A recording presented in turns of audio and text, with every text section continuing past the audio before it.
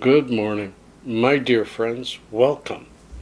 Happy Tuesday, and I hope this has found you well. I really want to start with a whole bunch of thank yous for all the love and support that Pasha and I have received from all of you over the past couple of days. It has been a bit of a rough one, but as you can see right there, we're being silly. We're back to normal. Well, first of all, what's normal?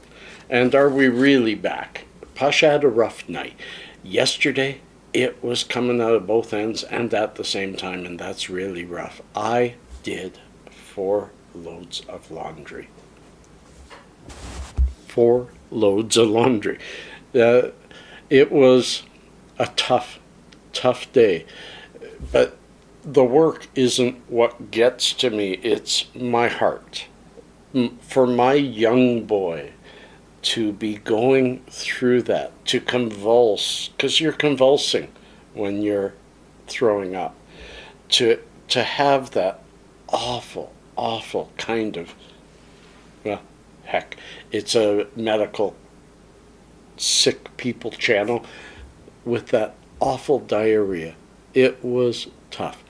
And then finally from 8 o'clock to 9 o'clock, he was laying on the couch and he was thinking, hey, maybe it's time for bed. And I was saying, maybe you seem okay, maybe it's over. As he got up to go to bed, it hit again. So I was ready for an evening that was going to be very, very difficult.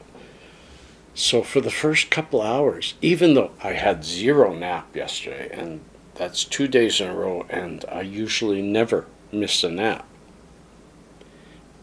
then for the first couple hours, I'm wondering, is he going to wake up in 10 minutes and be throwing up and need me? So I didn't sleep for a bit. And then I realized, the guy is sleeping. So I slept for a little, and then he did wake up a couple of times, of course. Dad radar, daddar, or kiddar. I knew he was up, so I get up. And he says, I'm feeling okay, Dad. 2 times. He said, I'm feeling pretty good.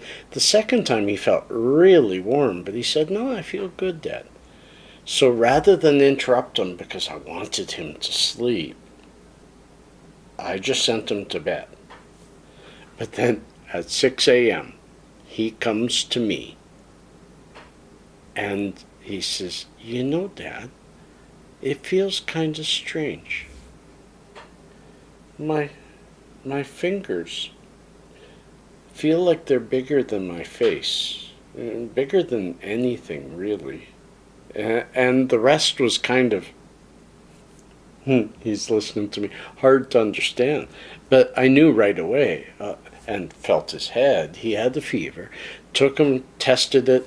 It wasn't that high. It was 38.1, just over 100, but high enough that it was causing delirium.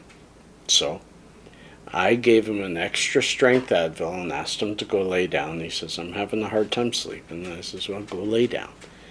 And he laid down and he slept 2 hours. 8 o'clock, he wakes up, cool as a cucumber, and feeling pretty good. His tummy hurts a little. His neck is a little sore. I'm sure he feels like he got hit by a Mack truck. I mean, the whole day of throwing up is not easy on the body. But he's much better. He's not hungry. And as I slowly digress into today's video, there are 2 subjects, one of which strikes on Pasha. Look, Pasha and I have decided that we want to do a collaborative video on my channel because the last one went so well on his channel, of doing different tastings. We seem to hit well off each other, and so arriving today is a big box of weird Japanese candy. We will, as time progresses, within the next week, we expect to put out a video where him and I do some testing. But as you see in the picture that I put up there, there's a lot of candies. That would be a very long video. So I need to know from all y'all, what do you think we should do? Should we just pick the weirdest ones, or should we do 3 or 4 videos all on tasting Japanese candy? And do you want this series to continue?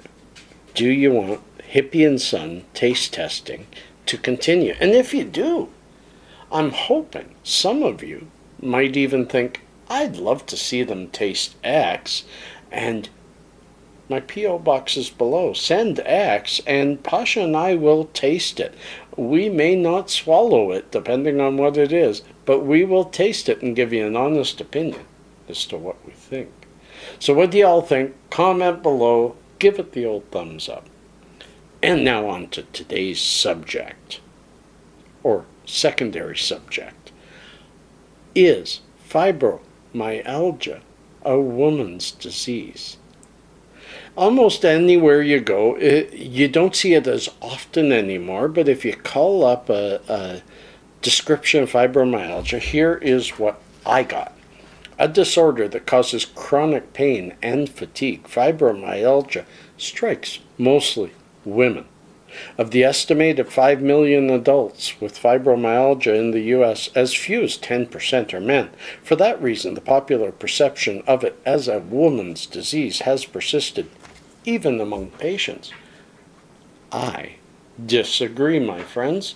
There are so many men that I know that have the same type of symptoms as I do, but they won't act on it. I think that fibromyalgia, I think if they really look at it, it does not choose between men and women. It's just how we react to it. I've had it very likely all my life, but it wasn't until I was taken out of work for a mental breakdown that I was given time to look into my bodily issues and start trying to decipher them, since I was not at work anyway. Believe me, if the mental breakdown had not happened, I would have continued with the physical pain that I've worked in all my life. And this is not a sexist attitude. This is men and women handle their pains differently. When men finally give in to pain, we are the biggest babies in the world. We always want our mommy. We want to lay around and cry and shiver and feel bad because we finally given into it, so let's just give in all the way. Women are strong and tough, and they go through it. But because the majority of those with it may be suffering at home, like once I was left at home, they discover what they have. That's only a thought, but it's something I thought I'd put out there. Someone's going to call me sexist. Somebody will. Anyways, my friends, this is going to be a shorter video and hopefully be up a little earlier today. I never ate at all yesterday. I haven't talked much about how I felt, but I was as sick as Pasha. I was throwing up. It was coming out both ends. But I kept it kind of hidden because I had a boy to look after, and that was much more important. And I got through it anyway. I mean, today, sore tummy, a little stopped up, don't feel very good, and a hell of a headache. But as you can see on the temperature side of things, with wind chill minus 35 Celsius, well, let's see. I took that picture a while ago. Minus 37 Celsius with wind chill. And no hope for change this week. It's been a tough one, friends. Thanks for all your support. Let's go to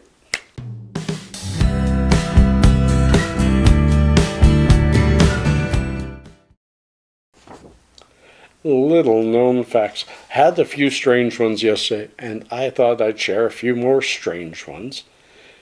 In China, in 2013, scientists were able to grow a human tooth from scratch using stem cells taken from urine, from pee. Stem cells from pee, and they made a tooth. It seems like something out of some poorly written sci-fi novel, but it's true. This is just kind of an odd one, Three Musketeers genre. French author Thomas Alexander Dumas' The Three Musketeers is the highest ranking black military official in Europe still. Kind of interesting, you know. The world record for the largest pineapple was grown in 2011 by Christine McCallum from Bakewell, Australia. The pineapple measured 32 centimeters long and weighed an incredible 8.2 kilograms. That's an amazing pineapple, friends. That's an amazing pineapple. I hope you enjoyed that. Peace and cheers. Catch you on the flip side.